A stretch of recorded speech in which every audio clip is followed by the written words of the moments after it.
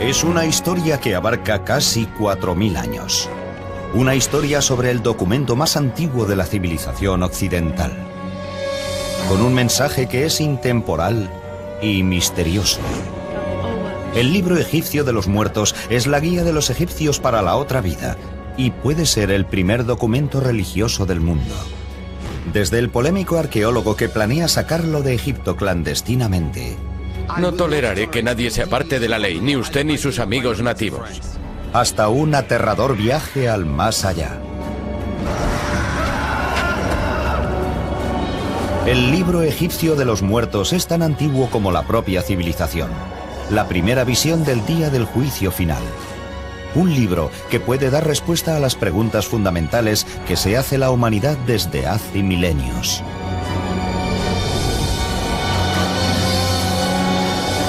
El libro egipcio de los muertos. Momias. Son los misteriosos restos de una de las civilizaciones más antiguas de la historia. Nos hablan de enormes periodos de tiempo y de secretos envueltos bajo los antiguos sudarios. Resultan muy familiares y a la vez muy extrañas. Un aterrador recordatorio de nuestra propia mortalidad. Y, sin embargo, una tentadora promesa de inmortalidad. Las momias solo son los restos de un misterio mucho mayor, la punta del iceberg. Los antiguos egipcios creían en una amplia e intrincada vida tras la muerte. Se esperaba que cada cadáver modificado resucitase en otro mundo, y solo existe una guía hacia ese mundo, el libro egipcio de los muertos. Es el nombre dado a unos manuscritos enterrados con los muertos momificados en el antiguo Egipto. El libro de los muertos era una especie de guía para los difuntos y un libro de conjuros para ayudar a los muertos en su viaje por la otra vida y el proceso para alcanzar la inmortalidad. Es un libro de magia, por supuesto. Es una colección de conjuros cuyo objetivo principal es facilitarle la otra vida y la inmortalidad al difunto. Es un libro para los muertos porque nos habla de lo que se encontrarán los muertos en el más allá. Por eso lo llamamos el libro de los muertos. Es muy importante porque es la búsqueda de la inmortalidad. Se ha dicho que a los antiguos egipcios les importaba más la otra vida que la vida en la tierra. Y debió de haber sido así para quienes vivieron en la antigua ciudad de Tebas durante la 19ª dinastía, hace más de 3000 años. Vamos a hablar de un egipcio que en los anales de la historia solo figura como Ani.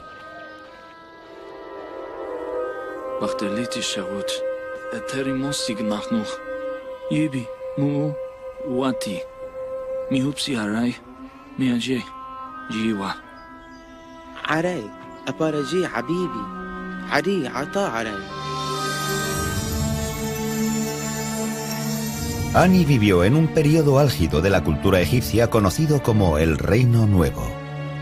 Desde el año 1600 hasta el 1200 a.C., los faraones, con su genialidad militar, conquistaron tierras desde Nubia hasta Siria. Faraones como Ramsés y Seti construyeron enormes palacios y lujosos templos religiosos. Ani disfruta de uno de los niveles de vida más altos de la historia del antiguo Egipto.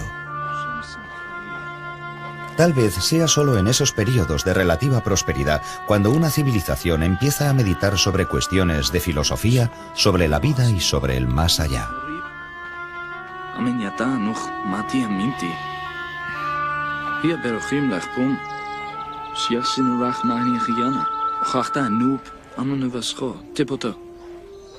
El registro histórico nos deja claro que la otra vida debió de haber tenido un gran peso en la mente de Ani. La idea de fallecer sin una preparación adecuada para la otra vida podía poner en peligro las posibilidades de ir al paraíso eterno.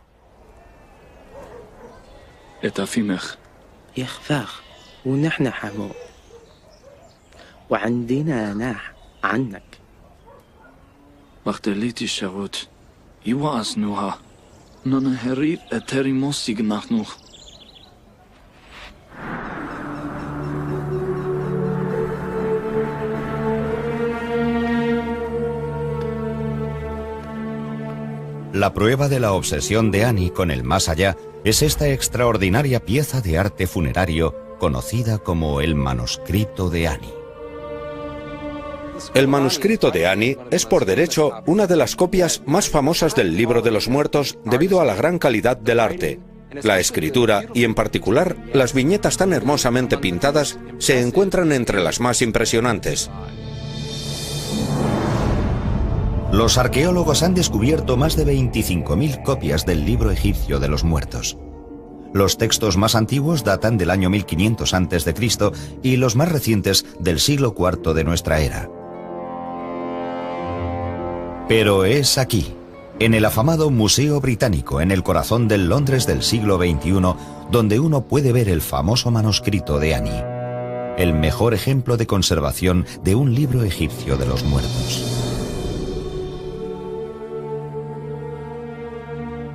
Pintado en el año 1250 a.C. aproximadamente, contiene 65 conjuros mágicos y plegarias y más de 150 ilustraciones a color. Esta exquisita obra de arte es uno de los manuscritos más largos descubiertos hasta ahora. Desplegado mide casi 24 metros. Pero el modo en el que el museo se hizo con esta obra maestra está lleno de intriga y de polémica.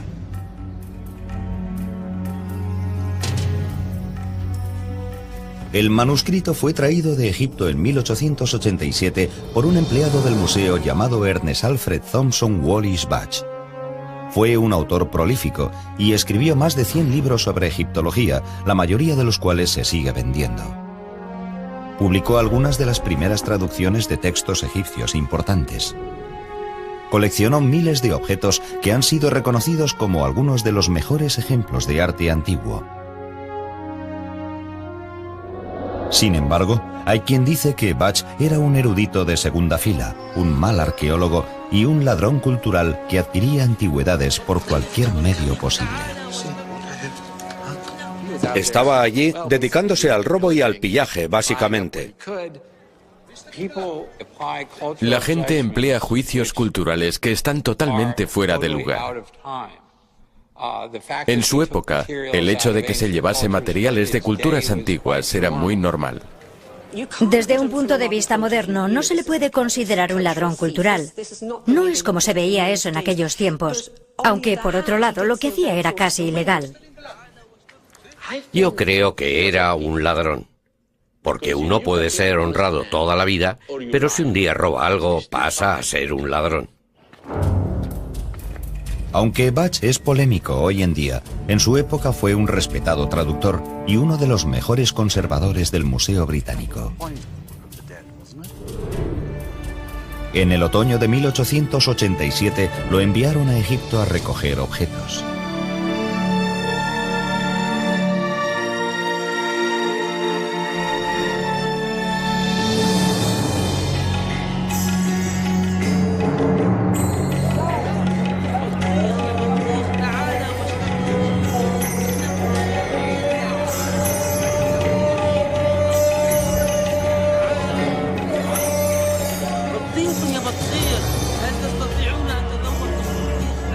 El viaje de Budge a Egipto se hizo en el momento perfecto.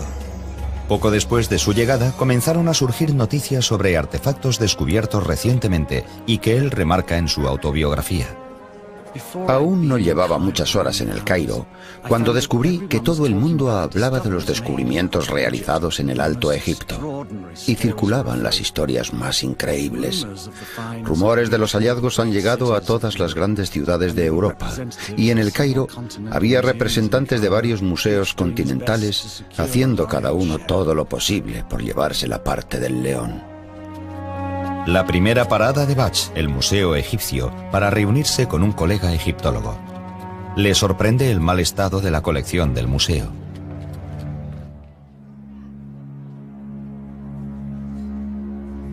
Este escarabajo le tenía que conceder la inmortalidad a su dueño. En este lugar sería una suerte que el escarabajo durase 6 meses.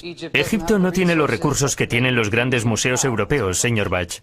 Pero al menos podrían limpiar el polvo. Al menos podrían evitar que el agua dañase los tesoros. Esperamos que el nuevo director ayude a que todo eso cambie. El famoso Monsieur Grevaux. Supervisando la recuperación y conservación de todos los artefactos egipcios, se encuentra con el nuevo director de antigüedades coloniales, un francés llamado Eugène Grevaux.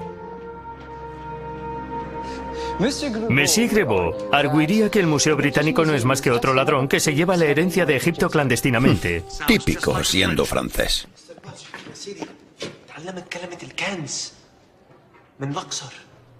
¿Tesoros en Luxor? A mí eso no me suena a arqueología. Emil, le presento a mi ayudante Ramsey. No pensará hacer algo ilegal, ¿verdad?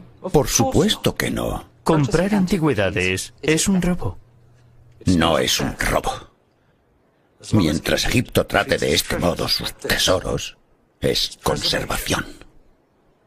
Buen día, Emil.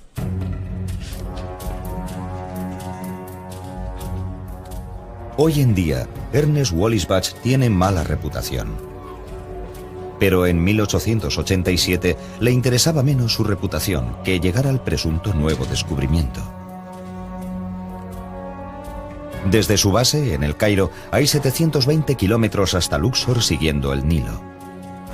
Bach está decidido a llegar hasta el tesoro antes que otros coleccionistas. Su instinto competitivo le es muy útil, ya que entre los artefactos hay una ventana a otro mundo, a uno que el hombre moderno no ha visto nunca.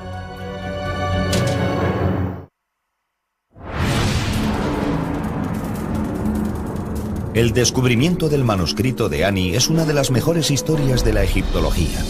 Una aventura en la que hay conspiración, intriga y un polémico héroe. Ernest A. Wallis Bach.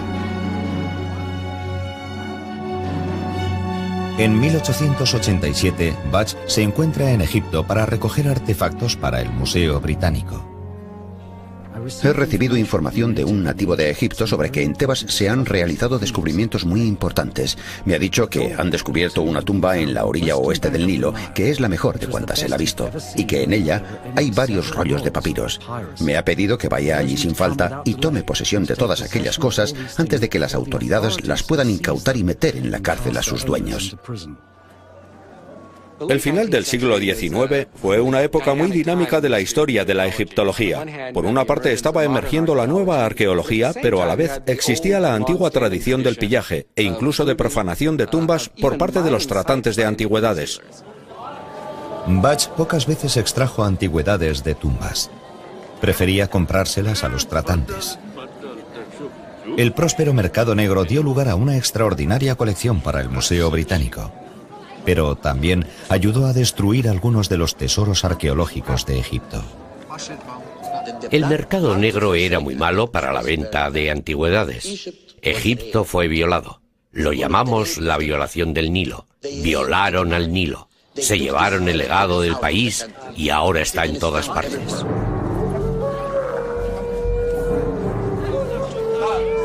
El ayudante de Bach lo llevó a un tratante de antigüedades del mercado negro, donde le dan un intrigante artefacto que había sido encontrado en Luxor.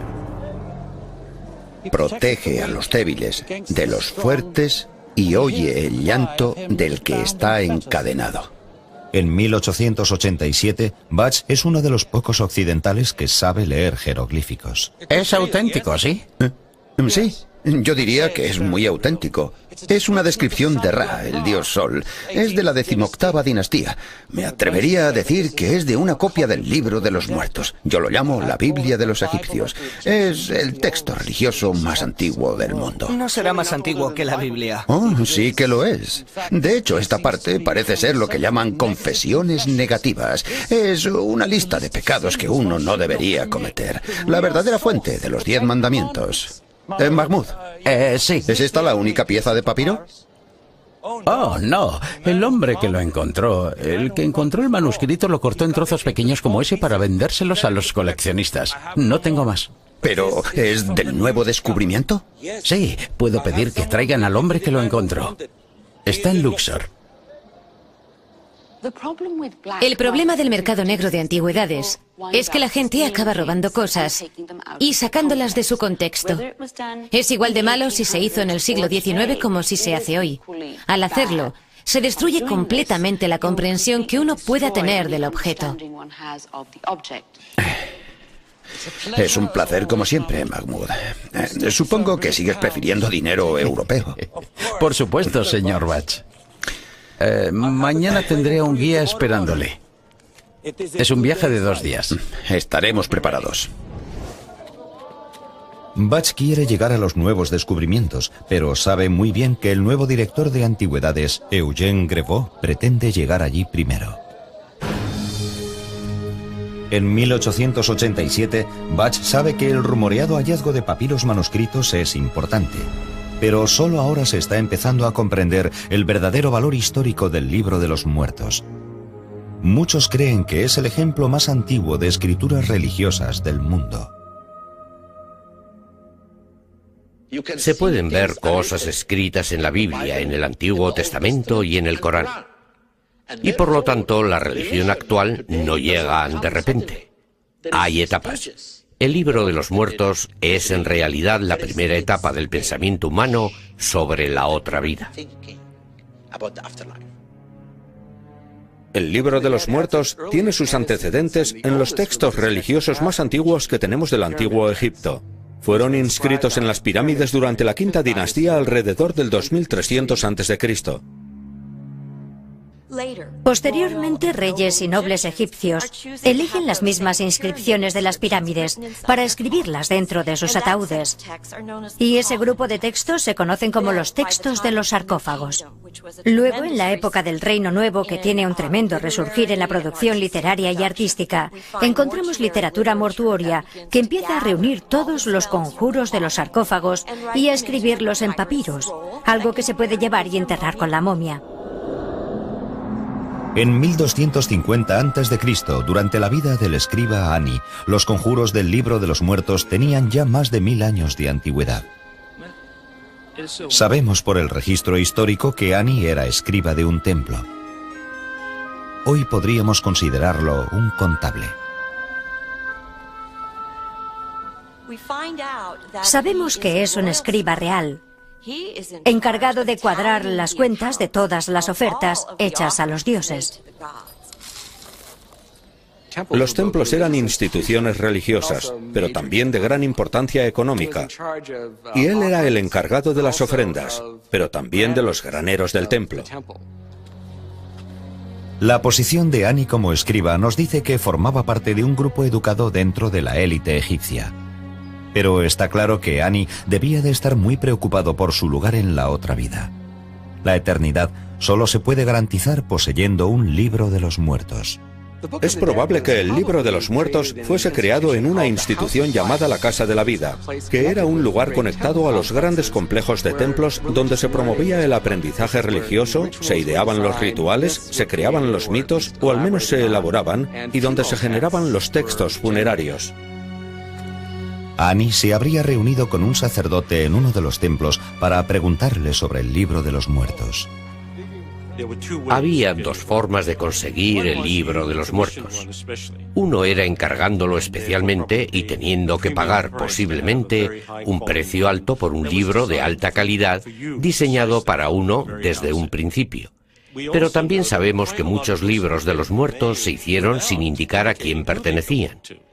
El nombre del propietario, que se repite durante todo el Libro de los Muertos, se deja en blanco, de modo que cuando alguien llegaba y decía que quería uno, simplemente escribían el nombre del nuevo dueño y ya estaría preparado para dejarlo en su tumba.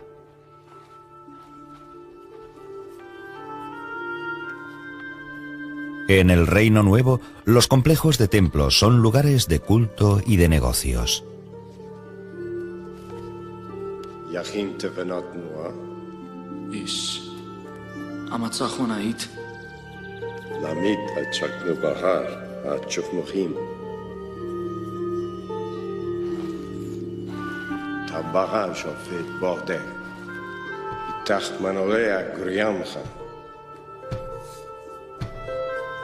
Un pergamino egipcio comienza como un tallo de la planta del papiro que crece en abundancia a lo largo del Nilo.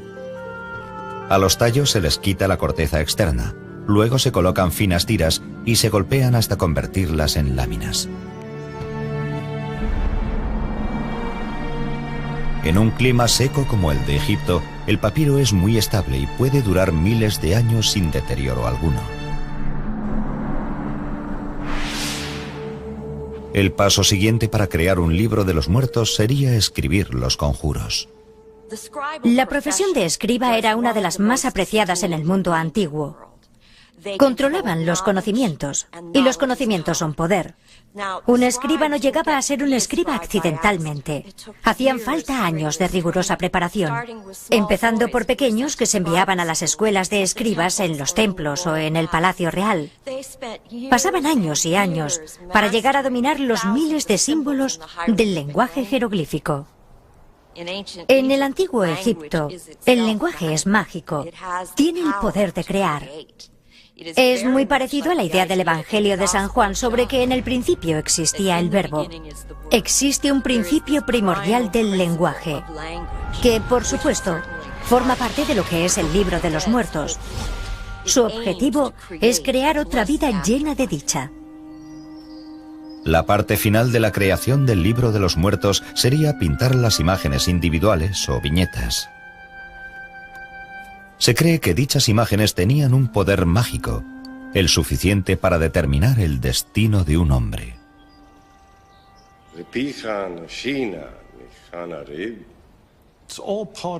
Todo ello es parte del proceso de fabricación. Se puede entrever una especie de producción en serie para confeccionar, para ensamblar un libro de los muertos según lo hubieran pedido.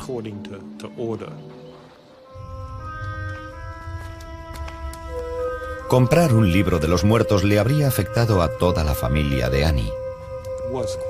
Era muy caro. Tal vez el sueldo de medio año para una persona de la posición social de Annie. Los antiguos registros revelan que la esposa de Annie se llamaba Tutu. La pareja debió de haber hablado mucho sobre el libro de los muertos. En el Reino Nuevo, la elección era difícil para una familia: proveer para el presente o para la eternidad.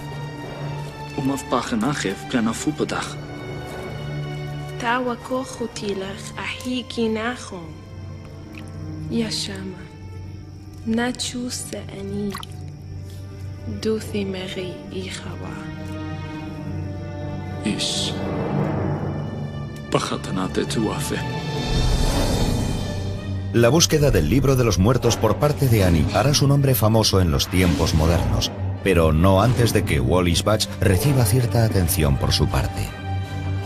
Le aseguro que soy un enemigo muy desagradable.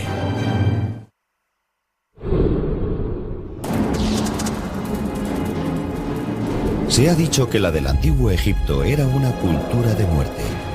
Queda muy poco de la vida cotidiana de los antiguos egipcios, pero sabemos mucho sobre ellos por la gran atención que prestaban a sus tumbas, a sus tesoros, a sus manuscritos e incluso a sus cadáveres momificados.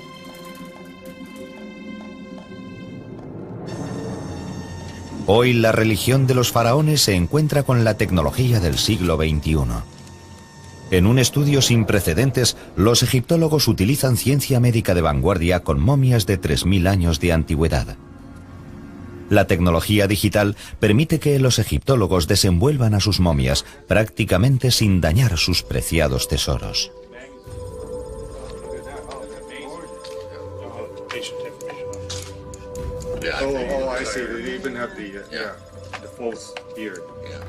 Bajo las envolturas, un amuleto de 2000 años de antigüedad protege al difunto de los peligros del más allá.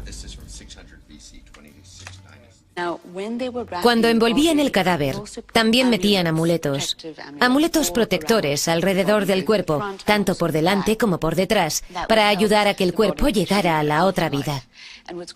Y lo bonito es que algunos de dichos amuletos están relacionados con el libro de los muertos. Y están allí para proteger al cadáver de peligros específicos que se van a encontrar durante su recorrido hasta el más allá.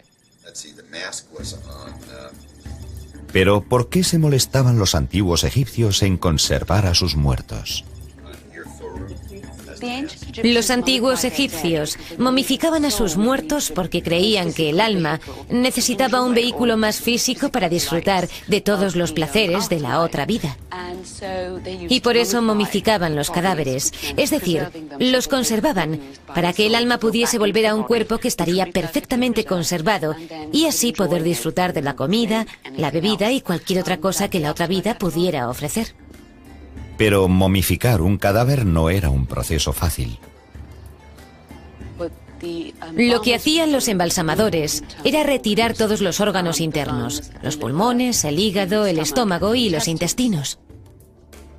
Metían los órganos en vasijas ceremoniales conocidas como vasijas canópicas que luego serían sepultadas con el cadáver. Después se utilizaba un gancho largo para extraer el cerebro por la nariz. Los egipcios no creían que el cerebro fuese un órgano esencial. Se puede ver que el defecto está aquí, por donde entran a través de la nariz, haciendo un orificio en la base del cráneo para extraer el cerebro. Una vez extraído el cerebro, derretían resinas y vertían resina líquida a través de la nariz y movían la cabeza para que el cráneo quedase bañado. Eso se hacía para evitar el crecimiento de bacterias en el cráneo. El corazón era el único órgano que dejaban en el interior del cuerpo. Se consideraba el centro de inteligencia y sentimientos, algo que necesitarían en la otra vida. Lavaban el cadáver, lo secaban utilizando natrón, que es una especie de sal. Lo mezclaban con bicarbonato de sodio y una vez que habían pasado 40 días de disecación, untaban el cadáver con aceites y ungüentos y luego lo envolvían con rituales y una gran ceremonia. Así terminaba la momificación. Después lo enterraban. Pero la momificación solo era el principio de un largo viaje, el viaje del alma del difunto. Y el libro egipcio de los muertos era la única guía hacia una vida de ultratumba.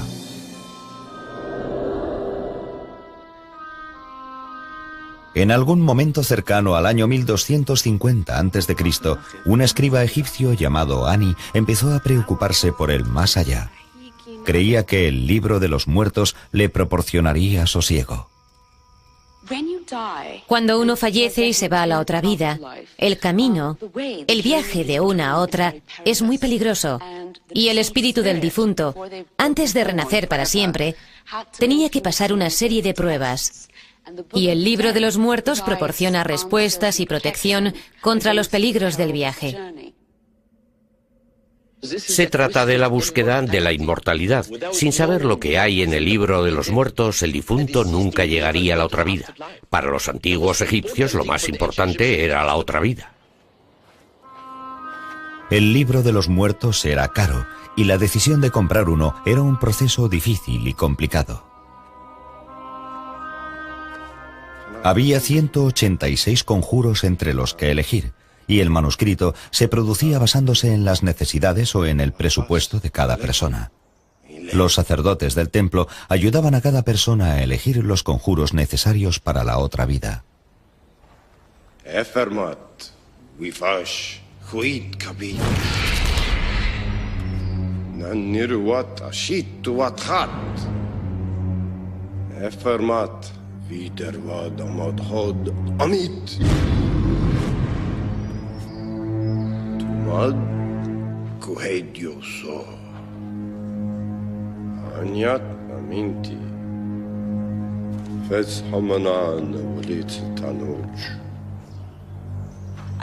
A veces me pregunto si los libros de los muertos no empezaron siendo algo extra para ganar dinero.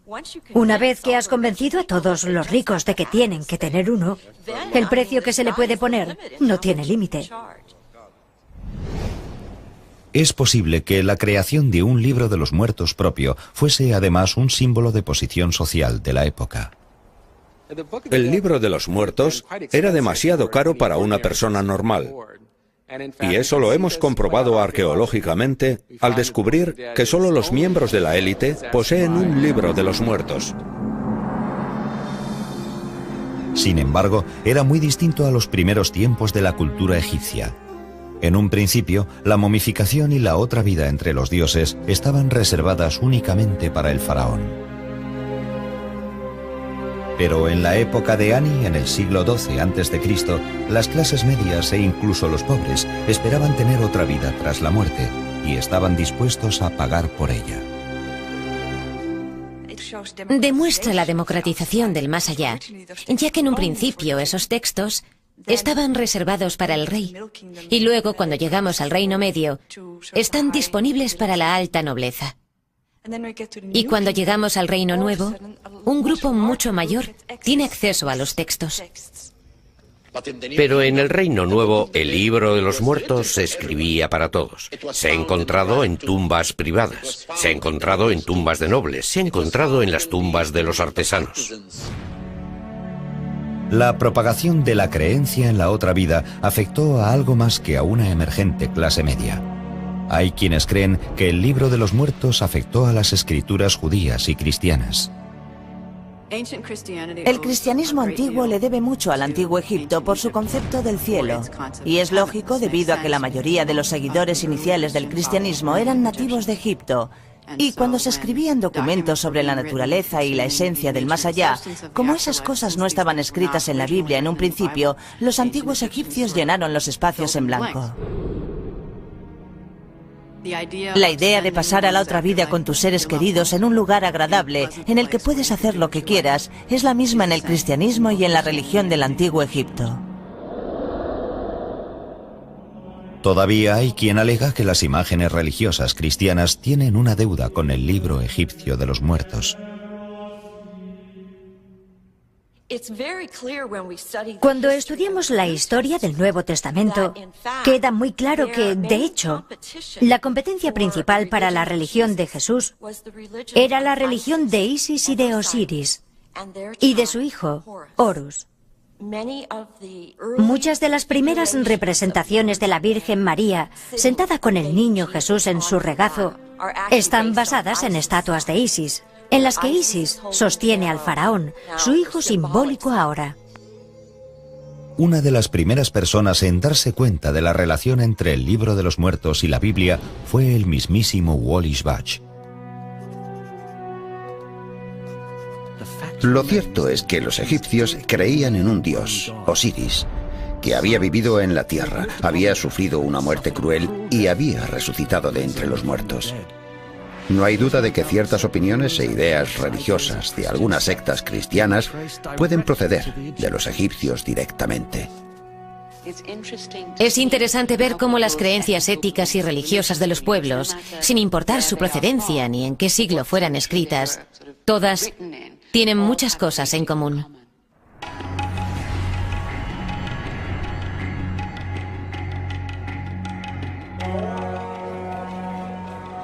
Cuando Ernest Wallis Budge llega a Egipto en 1887, el país está controlado por una coalición europea. Tras una rebelión musulmana en 1882, Gran Bretaña y Francia comparten el control del país y del importantísimo Canal de Suez. Su coalición controlará la política y la economía de Egipto durante décadas. Es una unión precaria, y los hombres como Budge no facilitan la alianza. Budge ha oído rumores sobre un enorme descubrimiento en Luxor, pero sus planes para dar con él lo llevan camino del enfrentamiento con el director francés de antigüedades coloniales, Eugène Grevaux. Señor Budge. ¿Sí? Acompáñeme. ¿A usted? ¿De qué se trata? Órdenes del señor Grevaux. Tiene que hablar con usted. Oh, tiene que hablar conmigo. Ramsey, nos vemos delante del hotel mañana a las 9 de la mañana.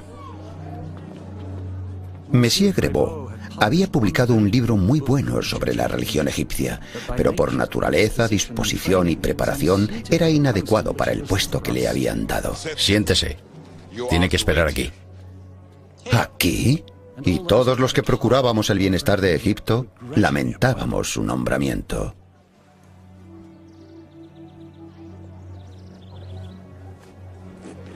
Disculpe el subterfugio, señor Batch. Me pareció impropio que vieran en público al director del Museo Egipcio con un hombre de su reputación. Oh, Monsieur Grebot, supongo.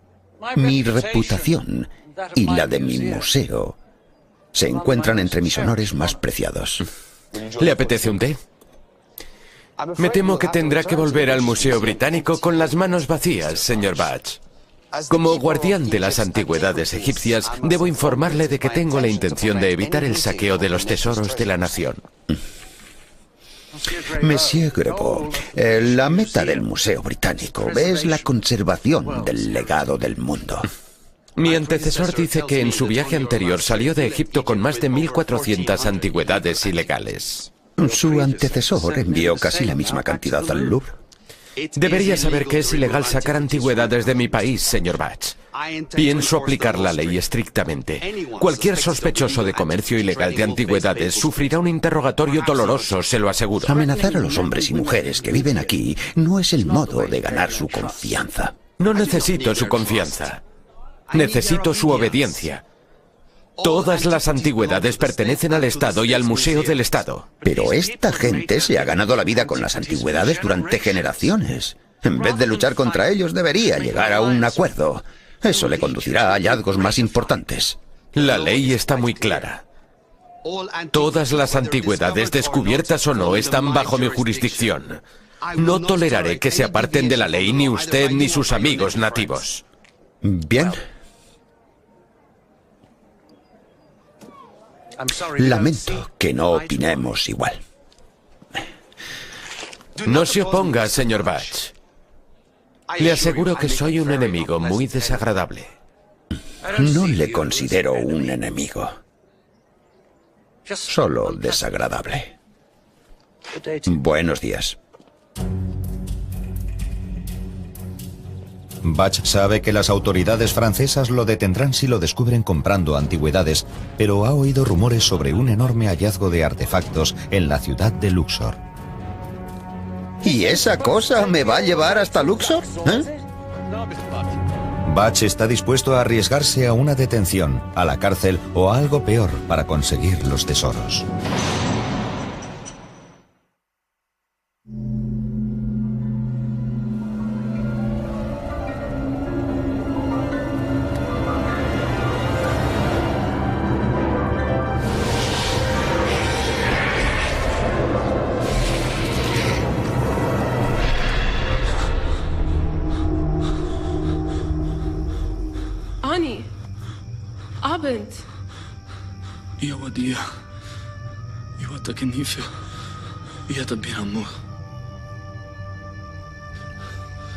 Si un egipcio se quiere asegurar la vida eterna, solo tiene una solución: el libro de los muertos.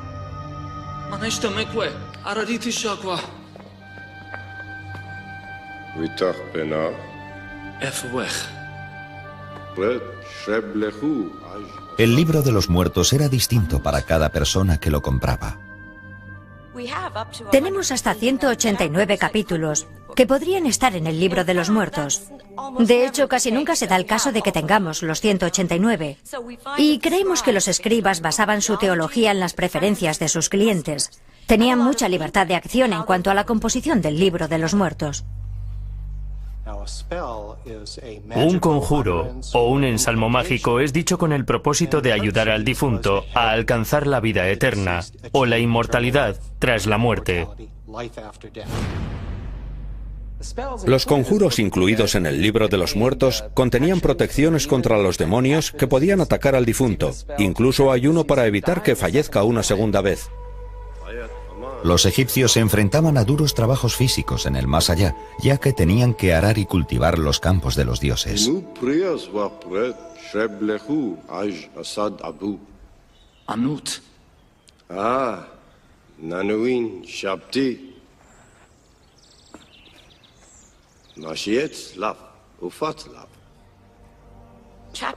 El capítulo 6 permite que el difunto, cuando le pidan que haga cualquier trabajo manual, dé vida a unos pequeños clones de sí mismo o de sí misma.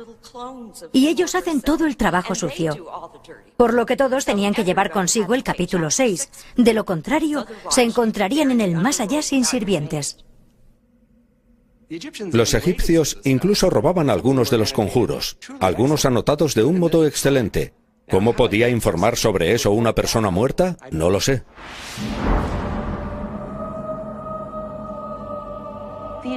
Los egipcios creían que el corazón era el órgano más importante que uno poseía y que era donde vivía el alma. Creían que allí estaba su esencia. Creían que todo procedía de allí. Y por eso dejaban el corazón en el cuerpo, ya que creían que era necesario como parte del proceso para llegar a la otra vida. Un órgano tan importante necesitaba protección extra, y esa protección llegaba en la forma del escarabajo del corazón. El escarabajo del corazón es una representación de un escarabajo.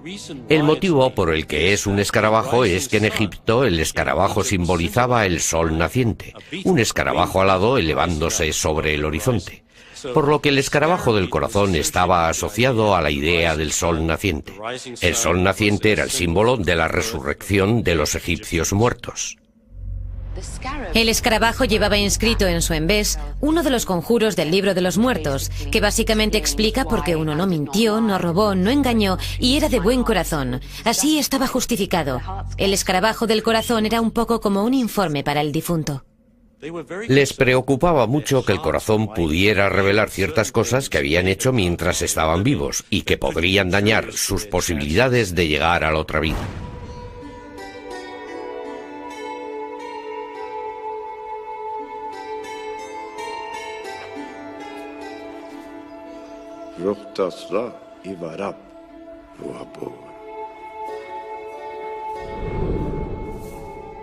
Las espléndidas ilustraciones son tan importantes como el texto en el libro de los muertos.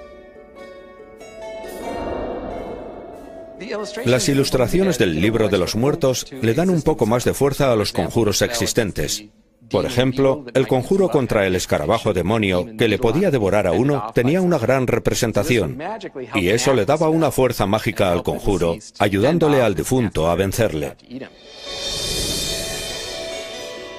La creación del manuscrito de Ani pudo llevar meses o incluso más de un año.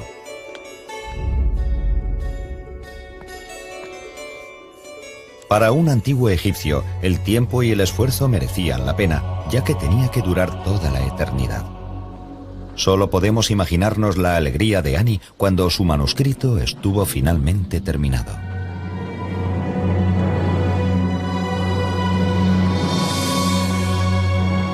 Hay muchos manuscritos del antiguo Egipto, pero hay muy pocos que tengan la elaboración y el esplendor artístico del manuscrito de Ani.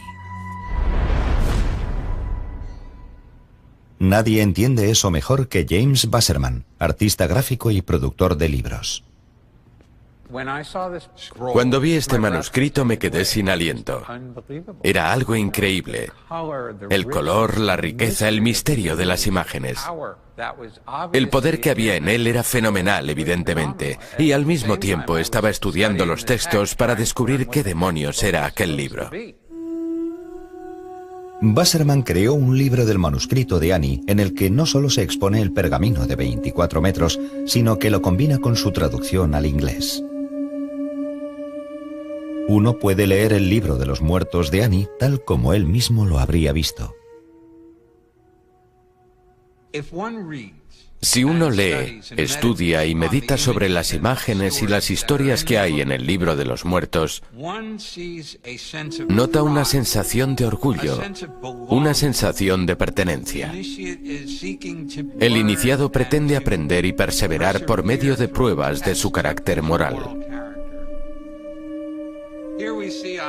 Aquí vemos a Ani y a Tutu acercándose a la escena más dramática de todo el papiro, donde el corazón de Ani será puesto en la balanza y sopesado contra la pluma de la verdad de la diosa Maat. Si su corazón es demasiado pesado, será devorado inmediatamente por este monstruo, Amit.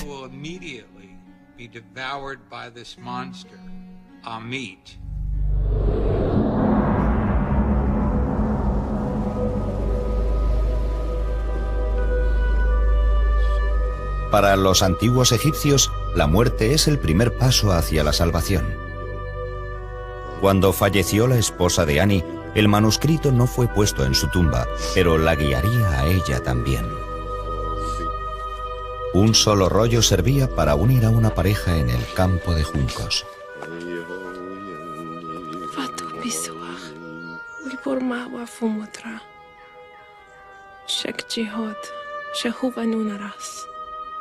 شويت وات وانا في بنخي خانية باديس فوتنيتي.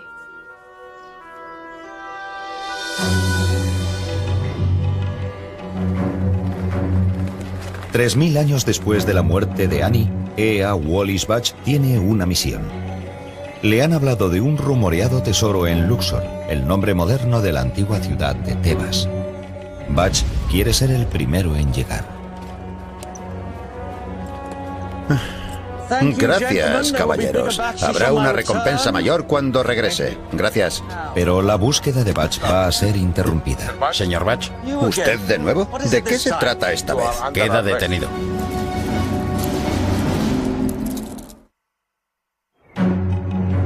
En el Cairo, en 1887, el egiptólogo Ea Wallis Budge sale hacia Luxor en busca de un tesoro de antiguos artefactos recién descubierto, pero la búsqueda de Budge es interrumpida.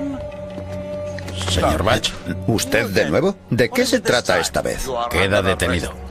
Por orden de Eugene Grevaux, el nuevo y celoso guardián de antigüedades egipcias que se dirige a Luxor. قوام البوت بتاعت ميسيو جرافو عم تغرق ملقوط بالنهر. ماذا؟ غضبان ينادي لك من الشط. Quédese aquí hasta que yo vuelva.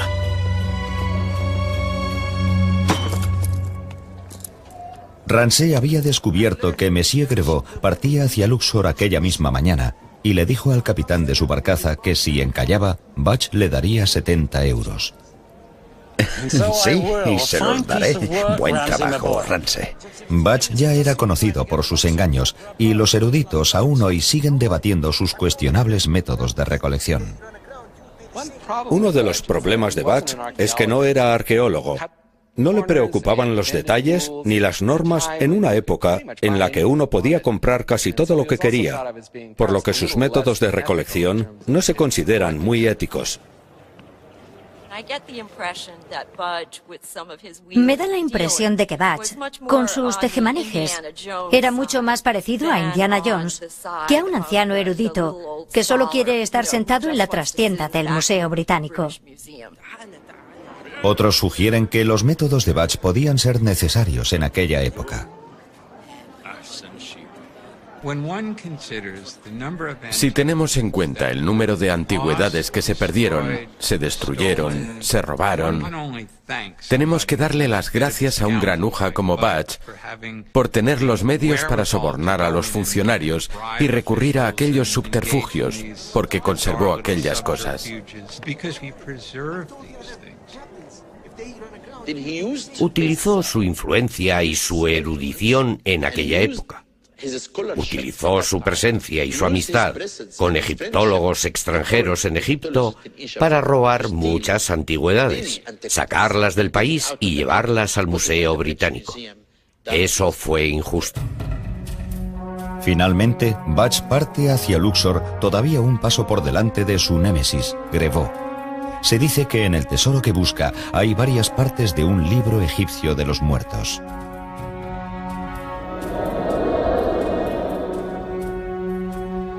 Cuando llegué a Luxor, descubrí que los tratantes habían cogido muchos objetos valiosos de las tumbas del occidente de Tebas. No. Busco antigüedades. ¿Antigüedad? Los tratantes trataban con desdén el derecho del gobierno a todas las antigüedades de Egipto. Las antigüedades abundaban.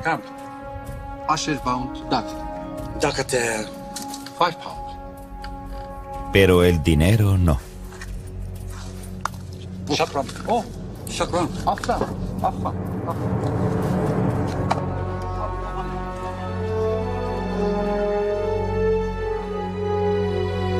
Bach solo se podía imaginar el aspecto de aquellas ruinas en tiempos de los faraones.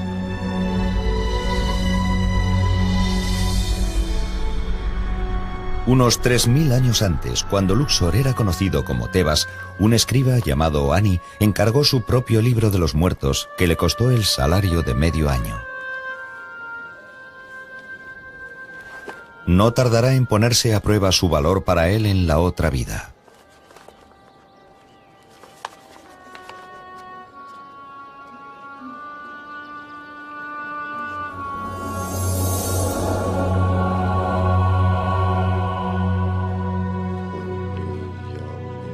No podemos saber cómo falleció Ani, pero sabemos bastante sobre cómo fue enterrado. Como escriba real, Ani formaba parte de la élite. Su enterramiento habría sido elaborado y caro.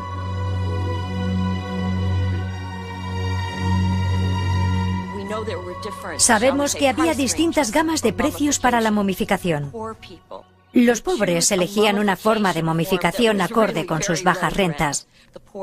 Una persona pobre sería llevada por su familia para enterrarla en la arena, delante de la tumba o la pirámide de otro, con la esperanza de que el pobre pudiera seguir sus pasos. Era como un reguero. Si uno llegaba a un funeral de gama alta, su momificación podía tardar hasta 272 días y tenía los mejores ataúdes y sarcófagos.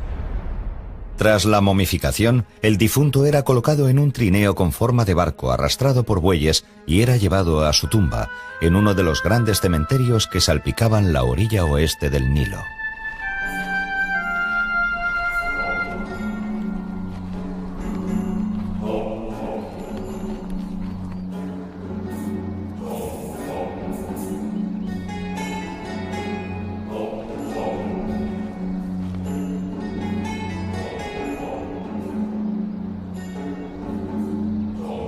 Las ilustraciones de los funerales egipcios no solo muestran a una apesadumbrada familia, sino a músicos, bailarinas, sacerdotes y dolientes profesionales.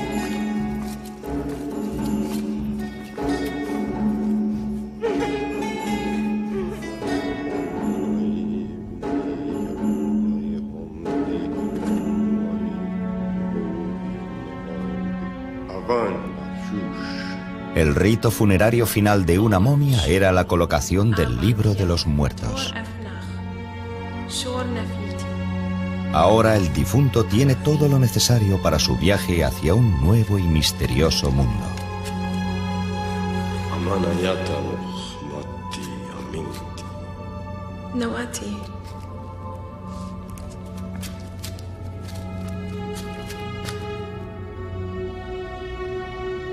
بشف عثور ونشويتي شات عن بخيس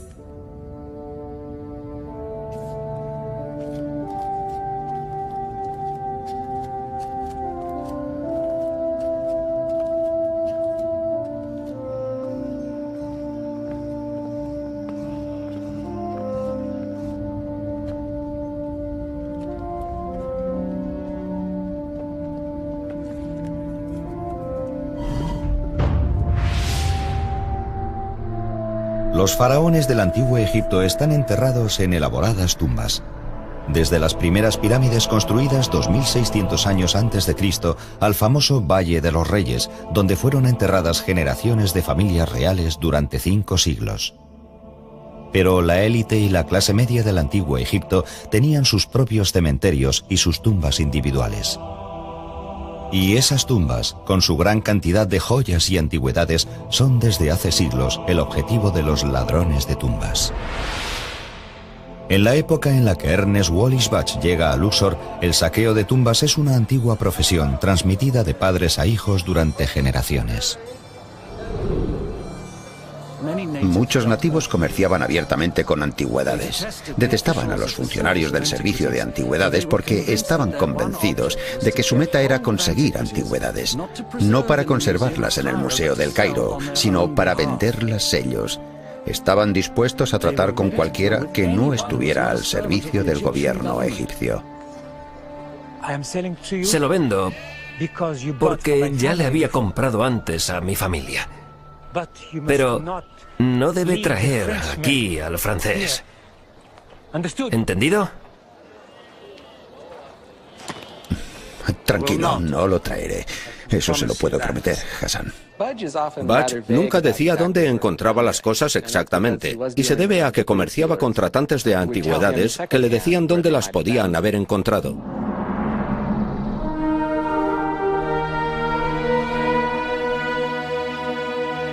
Es muy probable que llevasen a Bach a Kerna, en la orilla oeste del Nilo, muy cerca del Valle de los Reyes.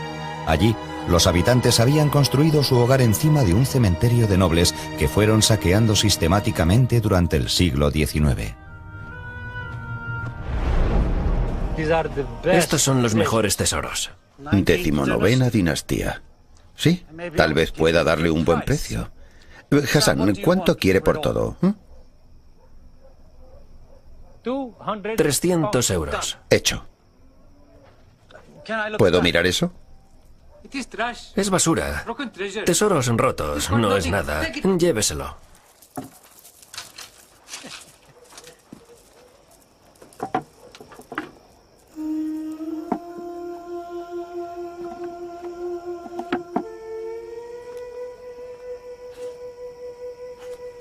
¡Oh, Dios mío! El sello está intacto.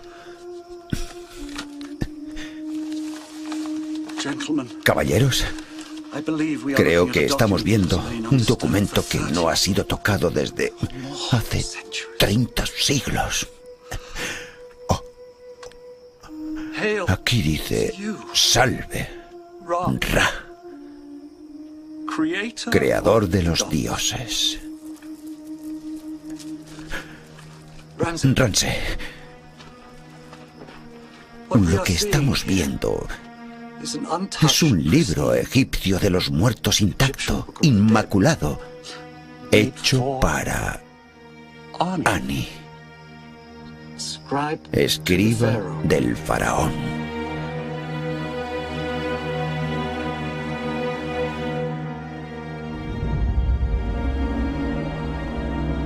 Para un egiptólogo como Bach, un manuscrito es un objeto fascinante, pero para un antiguo egipcio como Ani, el rollo es la llave para la vida en el más allá.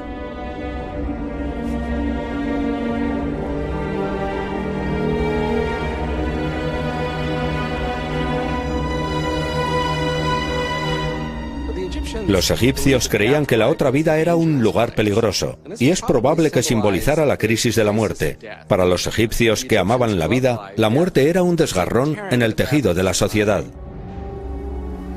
Para los antiguos egipcios, la muerte es solo el principio de un viaje plagado de peligros.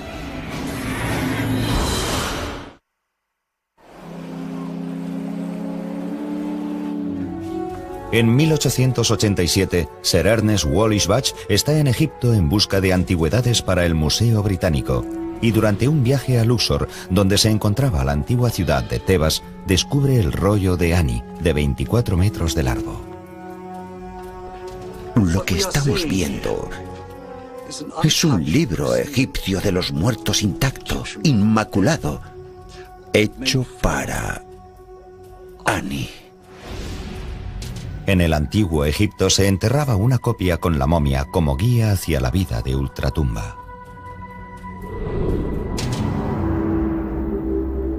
Los egipcios creían que tras la muerte las personas se despertaban en el bajo mundo o Duat. Y era en ese misterioso lugar donde el difunto se enfrentaba a una serie de retos y de luchas. El mayor reto era superar y no ser derrotado por las fuerzas demoníacas que vivían en la otra vida y que amenazaban tanto a los dioses del bajo mundo como a los propios difuntos.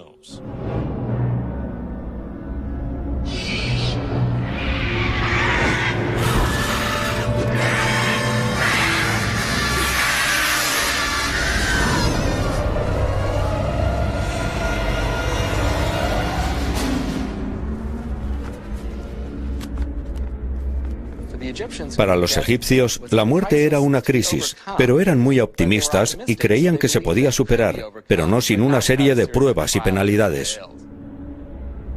parte del Libro de los Muertos ilustra un mundo peligroso en el que el difunto es amenazado por seres aterradores. Cuando se utilizaban jeroglíficos en un libro mágico como el Libro de los Muertos, se volvían mágicamente activos. Se puede comparar a un videojuego en el que haya que pasar por una serie de episodios. Hay que luchar contra los enemigos o superar obstáculos. De hecho, dañaban jeroglíficos que tenían un aspecto amenazador porque se podían escapar de su control. Por ejemplo, uno de los jeroglíficos más comunes tiene forma de víbora cornuda, una de las serpientes más mortíferas del mundo. Se utiliza en muchos conjuros y textos, y la rompían en dos para que la víbora no pudiese saltar de la pared y atacar al dueño. Pero si el jeroglífico no estaba dañado, podía cobrar vida y atacar. Para Annie, su protección está en los conjuros del Libro de los Muertos.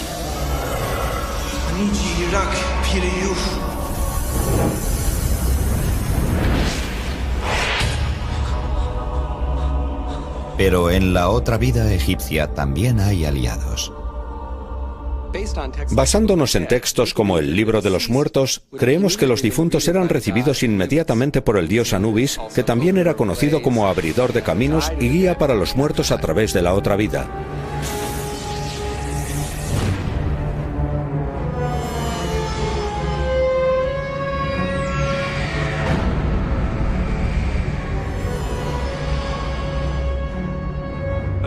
Anubis es un dios muy prominente en el bajo mundo y también en lo relacionado con la momificación y el ritual funerario de los muertos. Siempre aparece con la cabeza de un canino y se identifica con el chacal y con los demás caninos que existían en Egipto y que solían vivir en los bordes de los valles donde estaban los cementerios. Por lo que siempre existió esa íntima relación entre los perros salvajes y el mundo de los muertos. Anubis es guardián y guía de los difuntos. Su misión consiste en asegurarse de que llegan a salvo al juicio y de que llegan a todos los sitios a los que precisan ir. Uno de los capítulos más importantes del Libro de los Muertos es un misterioso ritual llamado la apertura de la boca.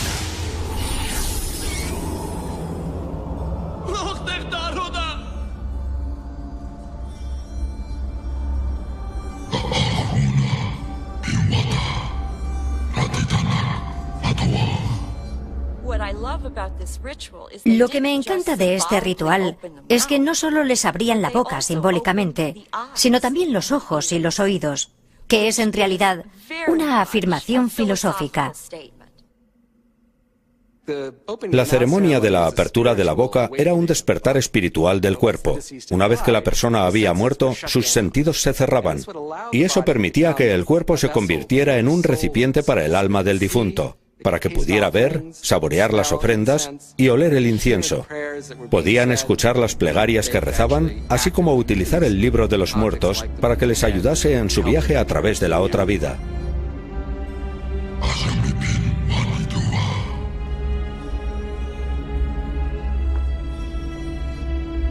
El muerto tenía una meta a la que llegar en el bajo mundo: llegar al campo de juncos o campo de las ofrendas, un lugar de dicha en el que podía vivir toda la eternidad.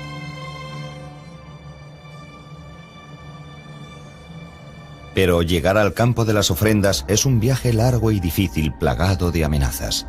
Cualquiera de ellas puede poner en peligro la posibilidad de que Annie llegue al paraíso. En 1887, Ernest Wallis Budge está en Luxor y solo un paso por delante de las autoridades egipcias y francesas. Está claro que sus poco ortodoxos métodos dan resultados, pero le crean poderosos enemigos. Mira esto, Ramsey. Más de 3000 años y los colores del manuscrito aún brillan. Es casi como si todavía estuviera vivo. Sí. ¿Son así todos los libros de los muertos? No, y he visto unos cuantos. Este descubrimiento solo se da una vez en la vida, o en varias vidas. Tenemos que asegurarnos de que llegue a casa a salvo. Señor Budge, ¿quiere tomar un café con mi familia y conmigo? Bach está casi preparado para irse cuando le interrumpen unos invitados muy inoportunos. Café turco para todos los trabajadores. ¿Café? ¿Café? ¿Café? No, gracias, señor Bach. Estoy demasiado ocupado deteniendo a ladrones de antigüedades. Omar, dígales que confisquen todos estos artículos. Eso me pertenece.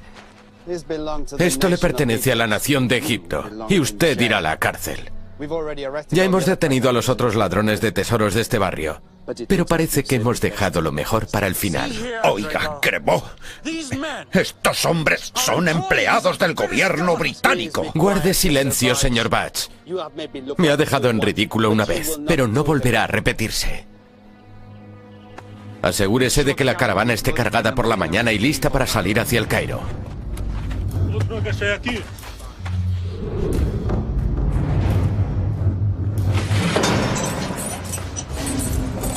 Con el manuscrito en manos de las autoridades, Bach sabe que se puede perder para el mundo de manera definitiva. O algo peor, robado y recortado en forma de recuerdos en el mercado negro. Los métodos de los que Bach es partidario pueden ser ahora la destrucción de su mayor descubrimiento.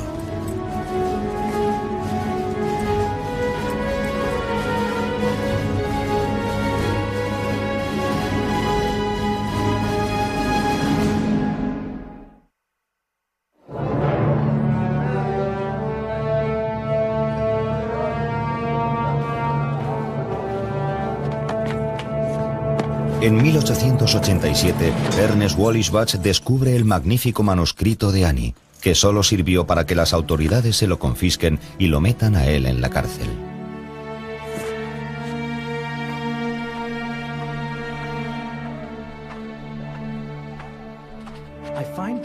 Me encuentro en una situación muy difícil. Encarcelado en Luxor, acusado por los franceses, irónicamente, de ser un ladrón de tumbas. Y todo ello tras haber realizado el que tal vez sea el mayor descubrimiento de mi carrera. Un antiguo rollo funerario que perteneció a un escriba llamado Annie, de vivos colores y lleno de fantásticas imágenes de miles de años de antigüedad. Creo que puede tratarse de la primera vez que un hombre haya expresado sus creencias espirituales por escrito. Un verdadero gran descubrimiento. Por supuesto, necesito tiempo para estudiarlo, para poder entender su significado. Lo triste es que posiblemente no vuelva a caer en mis manos.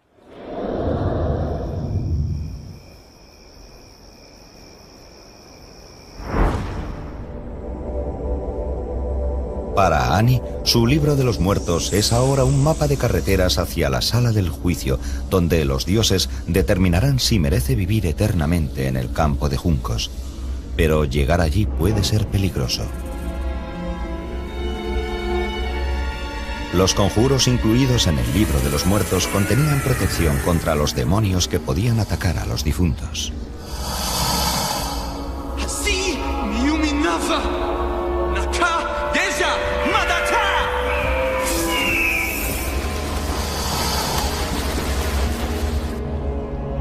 Un conjuro era una protección contra un escarabajo gigante llamado Asharu que podía devorar al difunto. El bajo mundo es un extraño lugar. Los egipcios lo consideraban un enfrentamiento con el caos. Tras la creación se creó una isla de orden justo. Pero una gran parte del universo sigue sin crear y en estado caótico. Y por lo tanto, irracional.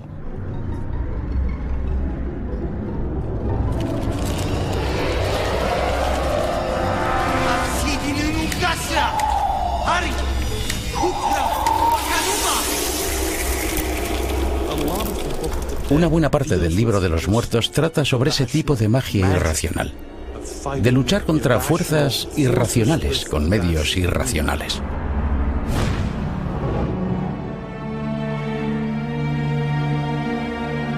Tres 3000 años después, en 1887, el manuscrito de Annie se encuentra en manos de las autoridades y Ernest Wallis Bach tiene obstáculos propios que superar.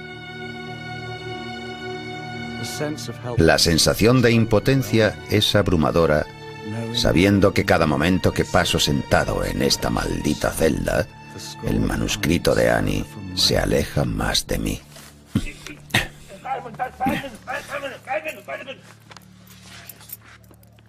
باج الإنجليزي وحسام السارق أنتما حران انطلقا من هنا انطلقا راح ما راح ليش How did you get us out of here? أنا ما شفتك بخشيش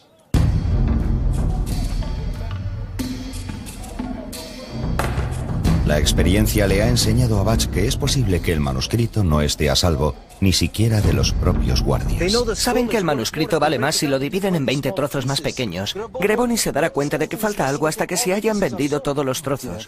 Señor, esto es peor de lo que me imaginaba. Una vez que salga del almacén, nunca volverá a estar entero. ¿Alguna idea? Me he dado cuenta de algo. Ese hotel. El almacén está construido contra su pared. La reputación de Butch siempre ha estado en entredicho. Incluso entonces era famoso por lo que hacía para poder conseguir cosas para el Museo Británico. En su autobiografía, Butch revela cómo fragua un plan. Entre las casas que estaban selladas y vigiladas, había una pequeña que colindaba con la pared del jardín del viejo Hotel Luxor. La casa era una fuente de considerable ansiedad para mí, ya que en ella estaba almacenado el papiro de Annie.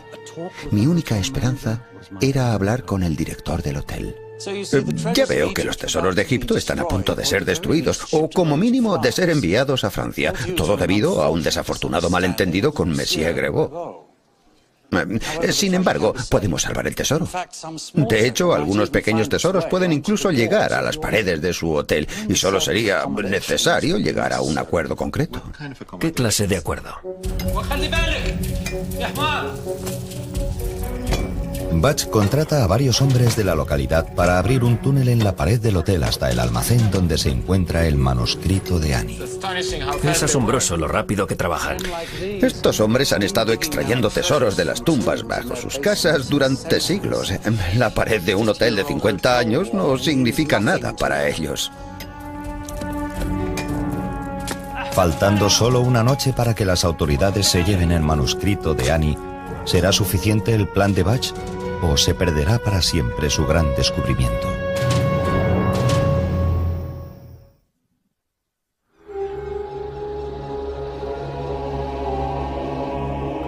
En el antiguo Egipto, la vida no se termina con la muerte. De hecho, los antiguos egipcios creían que la muerte era solo el principio de un largo y arduo viaje. Un viaje que podrá acabarse con la salvación o la aniquilación. Annie espera que su libro de los muertos lo lleve a una vida en el paraíso, pero aún tiene que superar muchas pruebas y puede ocurrir cualquier cosa.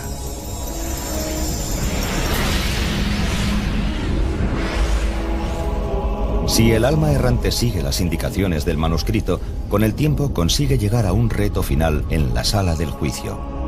Aquí se debe encarar a 42 dioses ante 42 pruebas distintas. Delante de cada dios debe negar haber cometido un pecado concreto.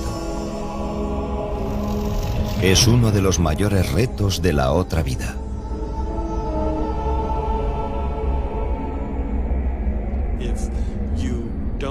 Si no sabes las respuestas correctas, las cosas correctas que debes decir en ese momento, se supone que no vas a poder pasar por esa puerta con éxito hacia la vida siguiente. Los 42 mandamientos que Annie debe negar haber incumplido se conocen como la confesión negativa. Es una letanía de cosas que el difunto no hizo. Por lo que dice, no he asesinado a nadie, no he robado nada, no tuve una aventura con la mujer de otro, no hice esto, ni aquello, ni lo otro. Es muy informativa y reveladora sobre las cosas que probablemente hicieron muchos egipcios. Pero lo probable es que solo gracias a los conjuros del libro de los muertos logren superar las confesiones negativas. No se debe confundir esto con la noción de confesión y arrepentimiento. Se trata realmente de un ensalmo mágico para borrar todo lo que uno pudiera haber hecho en la tierra. Un dato interesante es que la mayoría de los 10 mandamientos se puede encontrar en las confesiones negativas. ¿Podrían haberse copiado los 10 mandamientos escritos varios siglos después del libro de los muertos, de la confesión negativa? En el libro de los muertos no hay nada que diga que solo hay un Dios. No hay nada que diga que se debe venerar a un solo Dios. Sin embargo, casi todos los 10 mandamientos, las cosas que prohíben los 10 mandamientos, aparecen en el libro de los muertos.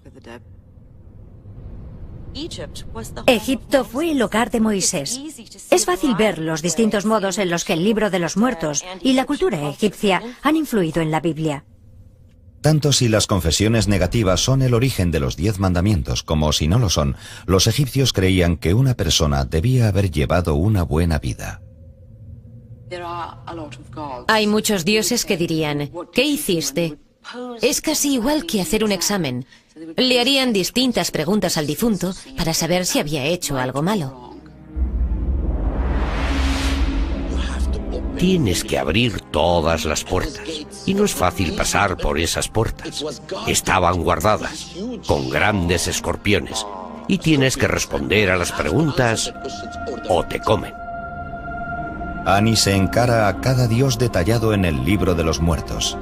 Dioses con nombres aterradores como engullidor de espíritus y quebrantahuesos. Awasif.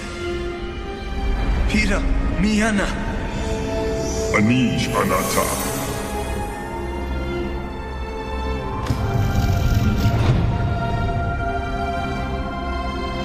Con cada respuesta correcta del libro de los muertos, Ani avanza a través de las puertas. Solo después de la puerta final se encontrará el alma de Ani con el dios Horus, el hijo de Isis y Osiris de cabeza de halcón, que acompañará a Ani a su examen final en la sala del juicio.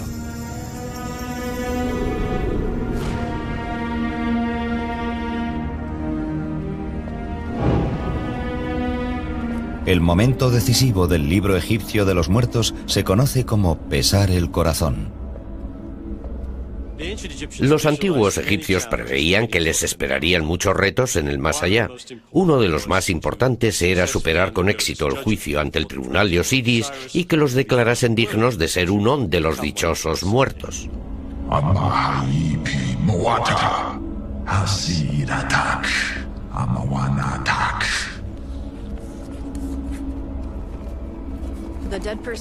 El corazón de la persona muerta es el símbolo de su inteligencia, de sus emociones e incluso de su mente. En el corazón es donde estaba tu esencia y donde estaban tus buenas y tus malas acciones. El difunto debe entregar a Horus su amuleto en forma de escarabajo para que lo sopesen contra una sola pluma de la diosa Maat. Maat era una diosa que es básicamente la personificación de la verdad, la justicia, el orden y el equilibrio.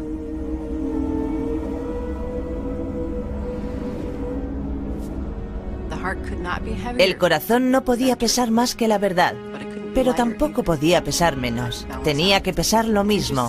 Lo interesante es que esas frases todavía existen en nuestro lenguaje y se oye decir que alguien tiene el corazón pesado o el corazón ligero. Ningún difunto se quería ver atrapado confiando solo en la pureza de su corazón. Por eso el libro de los muertos, con los conjuros apropiados, supone la diferencia. Te ayuda a pasar por los pelos. Pero existe la posibilidad de que no pases la prueba. Y si no utilizas bien los conjuros del libro de los muertos, serás arrojado al monstruo Amit, el devorador de almas, el devorador de muertos. La misión de aquel ser monstruoso, una combinación de cocodrilo, león, hipopótamo y otros animales feroces, era devorar instantáneamente a cualquier persona muerta declarada culpable en la sala del juicio. Si Amit te come el corazón, dejas de existir. Para los antiguos egipcios eso era lo más aterrador. No era un castigo, era no poder existir en absoluto. El escarabajo de piedra que representa el corazón del difunto tiene que pasar ahora la prueba final. Una prueba de eternidad u olvido.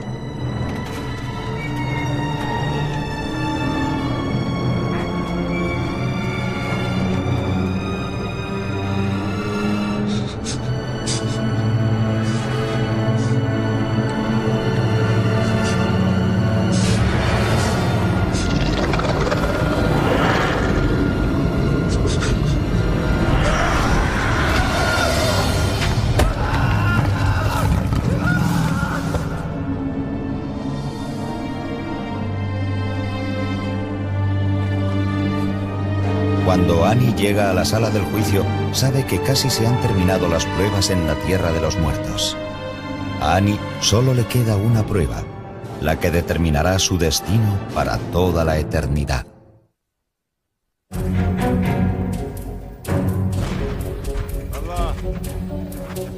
Tras haberle confiscado el manuscrito de Annie las autoridades egipcias, Ernest Bach intenta ahora recuperarlo. La casa donde estaban almacenadas las antigüedades colindaba con la pared del Hotel Luxor. El resultado fue que varios obreros empezaron a cavar bajo la pared para abrirse paso a través de los blandos ladrillos de la casa. Le digo que he oído algo. Nadie podría entrar estando nosotros vigilando. Asegúrese de que la caravana esté cargada y lista para mañana por la mañana. Y no quiero retrasos.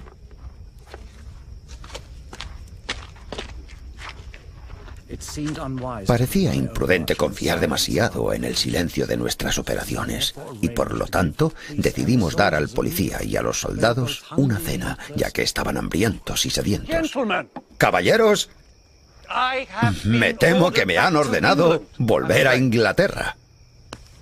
Muchos echarán de menos sus pequeños regalos. Oh, amigo mío, no tiene importancia. Bach era un personaje muy extraño. Tiene un lado bueno y un lado malo. Su lado bueno son sus publicaciones. Su lado malo es que le robó a Egipto. Y, caballeros, me gustaría ofrecerles una pequeña cena en representación de mi gratitud y mi amistad. ¿Ramsey? تفضلوا تفضلوا تفضلوا يا جماعة. Eat well, gentlemen. Bach sabe que si lo sorprenden será el fin de su carrera y pasará muchos años en una prisión egipcia. Pero cree que vale la pena arriesgarse para recuperar tan inestimable obra maestra.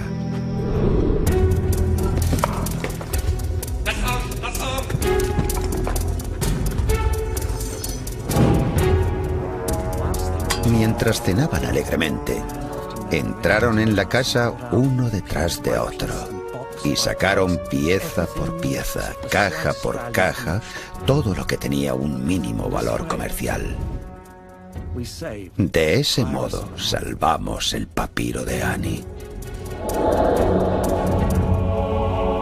3000 años antes, Annie cree que el libro de los muertos es inestimable para él. Es su única guía para superar la prueba cuando le pese en el corazón y conseguir entrar en el paraíso eterno.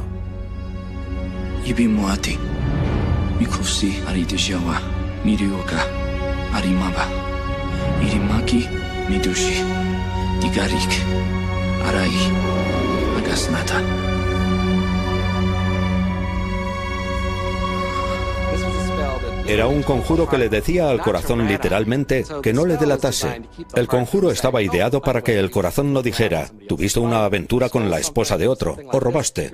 Estaba ideado para que dijera, has sido muy bueno, sin problemas. Algunas personas han sugerido que el escarabajo corazón podía ser una manera de abrirse camino por medio del engaño, pero yo creo que representa mucho más. El concepto que una persona necesita para tener calma emocional y estar preparada para lo que pueda ocurrir. Necesita controlar sus emociones, porque para los egipcios el corazón era la sede de sus emociones.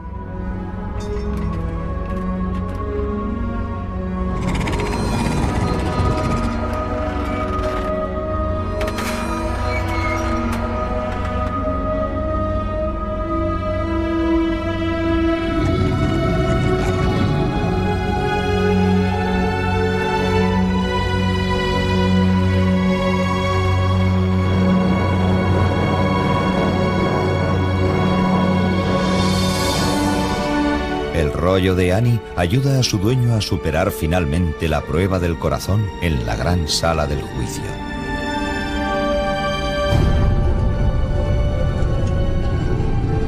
Su viaje ha terminado, su experiencia ha finalizado y ahora puede entrar en el paraíso, en el dichoso campo de juncos. En 1887, Ernest Wallis Bach está a punto de llegar al final de su peligroso viaje. ¡Guarda! ¡Abre esa puerta! ¡Venga, vamos! Apártese. Vaya a comprobar la caravana.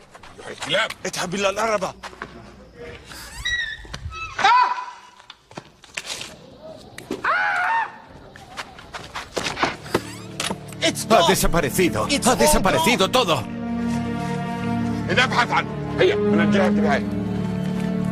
Al amanecer, Bach y sus tesoros se encuentran ya en una barcaza que se dirige a El Cairo y finalmente a Londres. En diciembre de 1887, Sir Ernest Wallis Bach ha regresado ya al Museo Británico. Con él está el papiro completo de Annie. Por primera vez, quienes visiten el museo podrán ver todo el libro de los muertos. Aunque lo que le haría Bach es tan polémico como él mismo. Cuando llegó al Museo Británico, lo cortó en secciones con las que podía trabajar. Ordenó que lo pegaran sobre tableros de madera para que pudiera ser traducido. Desde un punto de vista tecnológico, uno casi podría perdonárselo. Pero por otra parte, destruyó la integridad del papiro para siempre.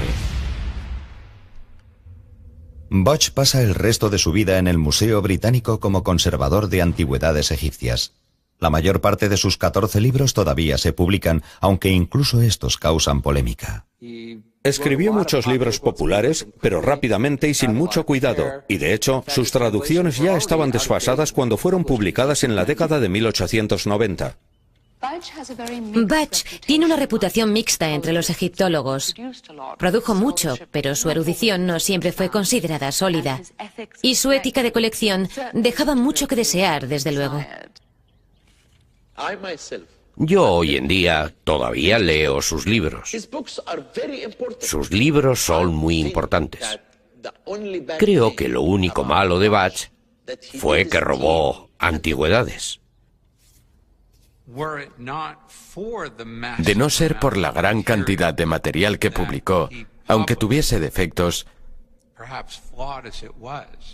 no existiría el interés por la egiptología y las culturas antiguas que existe hoy.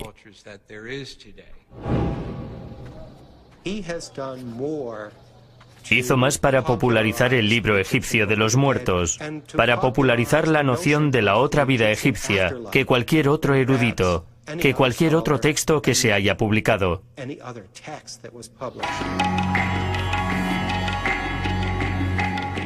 Tanto si Bach fue un erudito, un aventurero o incluso un ladrón, está claro que el manuscrito de Annie es su mayor aportación al mundo de la egiptología. Jamás realizó un hallazgo mayor y nadie ha descubierto otros rollos tan artísticos ni tan completos como el libro de los muertos de Annie. Me pregunto qué pensaría de todo este joven de la imagen. No lo sé. Supongo que no le importaría.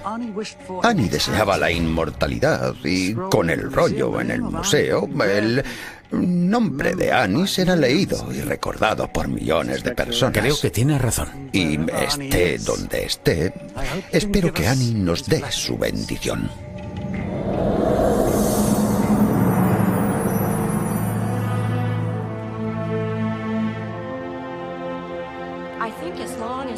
Creo que mientras los humanos tengamos preguntas sobre el significado de la vida y de la muerte, el libro de los muertos va a seguir teniendo bastante relevancia. Los antiguos egipcios escribieron ese libro no porque ansiaran la muerte, sino porque adoraban la vida y querían que continuase. El libro de los muertos imagina que el lugar de mayor dicha en el que podemos estar es aquí, en la tierra.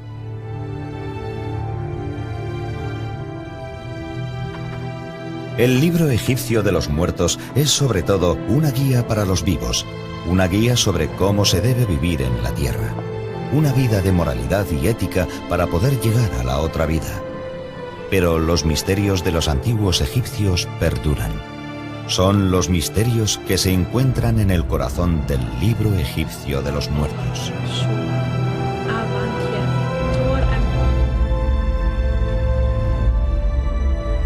Y esos misterios de vida, de muerte y del más allá perduran eternamente.